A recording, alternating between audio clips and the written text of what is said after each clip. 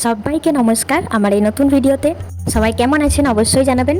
তো আজ ছিল চৈত্র মাসের প্রথম সোমবার, তাই আমরা সপরিবারে গিয়েছিলাম তারকেশ্বর বাবা তারকনাথের মন্দিরে পুজো দিতে। সারাদিনের ভিড় এড়ানোর জন্য আমরা গিয়েছিলাম অনেক ভোরে, প্রায় 4টের দিকে বেরিয়েছিলাম রেডি হয়ে বাড়ির থেকে।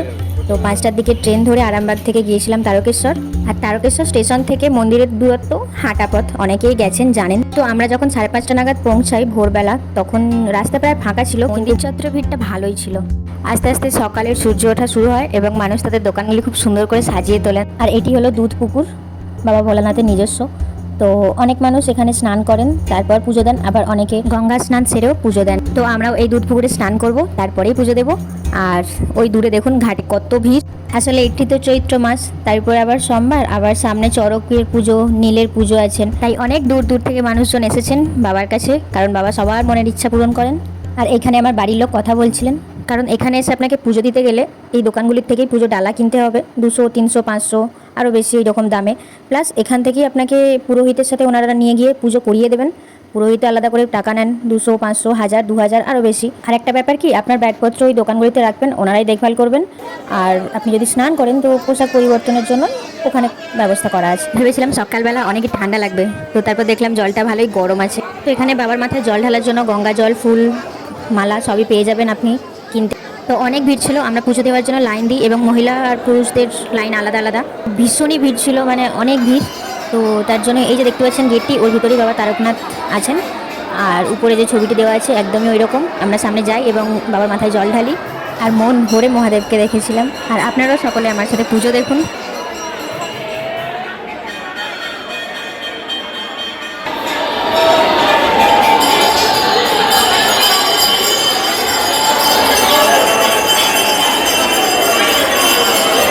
আর এখানে নন্দী মহারাজ এবং ভৃঙ্গি মহারাজ আছেন, ওনাদেরকে গিয়ে প্রণাম করি।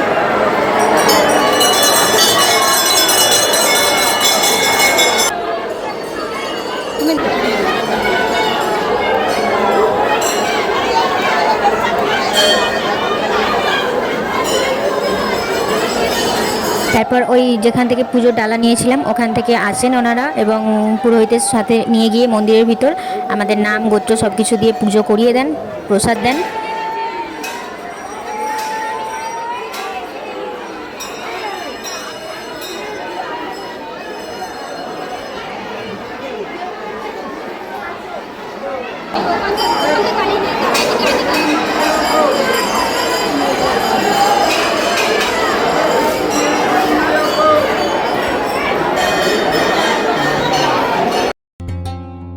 এরপর আমরা এখানে ধূপ মোমবাতি জ্বালাই এবং ঠাকুরকে প্রণাম করি, নিজেদের মনস্কামনা জানাই।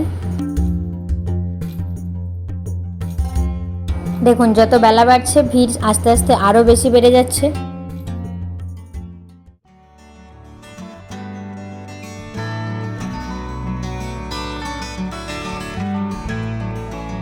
তো এরপর আমরা বাড়ির উদ্দেশ্যে রওনা দিই।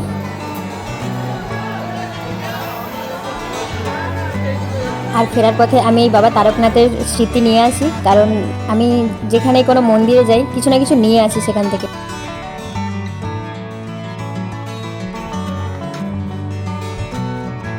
তারপর আমি এই হনুমানজির মূর্তি দুটো দেখি, তো আমার অনেকদিন থেকে নেওয়ার ইচ্ছে ছিল, তো দেখছিলাম কোনটা নেব।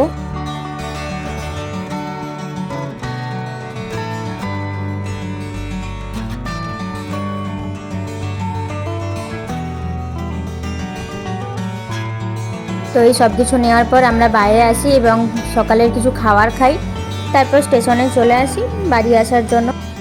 দেখুন মাত্র 7:30 বাজছে সকাল, আর আমাদের পুজো দেওয়া কমপ্লিট। তো ভিডিওটি কেমন লাগলো অবশ্যই জানাবেন, আর সবাই অনেক ভালো থাকবেন এবং সুস্থ থাকবেন।